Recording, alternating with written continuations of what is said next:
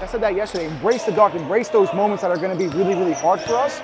And that's gonna be the part where we're down by 4 or 5 with a minute to go, we're gonna lean on each other and lean on those moments that will help us win games down the line. All right, so I'm excited for today. We got the first part of practice done. Let's make sure we get better. Let's make sure we're locked in. Let's be 1% better, right? You know our motto, right? BBTY, right? Let's make sure we're better than yesterday, all right? Come on. Huskers on 3, family on 6. 1, 2, 3. Huskers, 4, 5, 6. family.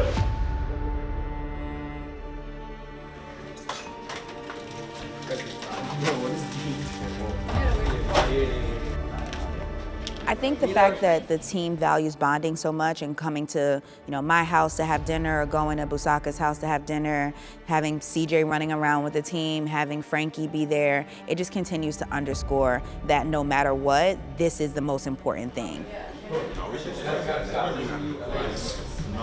Knowing that they're connected and they're brothers, not just on the court and in foul, but also outside, right? When I see them hanging out in the hallways, right, in the snack bar, it's nice that it's not just one person or 2 people. It's usually about 4, 5, 6 guys that are coming together.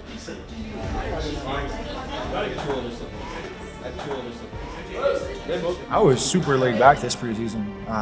When you have 5 guys that return, like a crux of guys that are returning, it just helps. It aids into knowing what the expectations are, what the standards are. To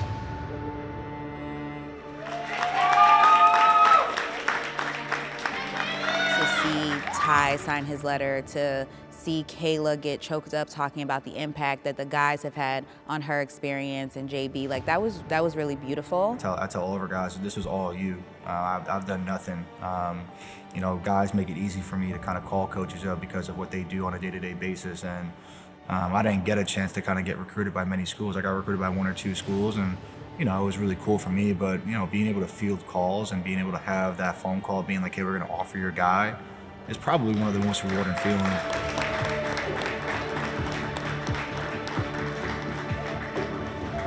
This year we did it in a way where my prior boss at Hannibal College did it, and it was such a cool and unique way. I think we thought about it as individual people and how their perspective could add to our perspective as coaches.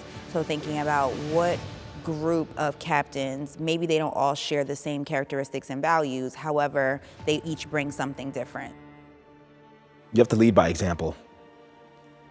And a lot of the guys that I see at the forefront of the captain's talk are people who are dialed in on a whole nother level, from knowing the plays, the structure, and the defense. And obviously it helps that there's something that, they have in terms of familiarity, but making sure that they practice even the things that they already know really well.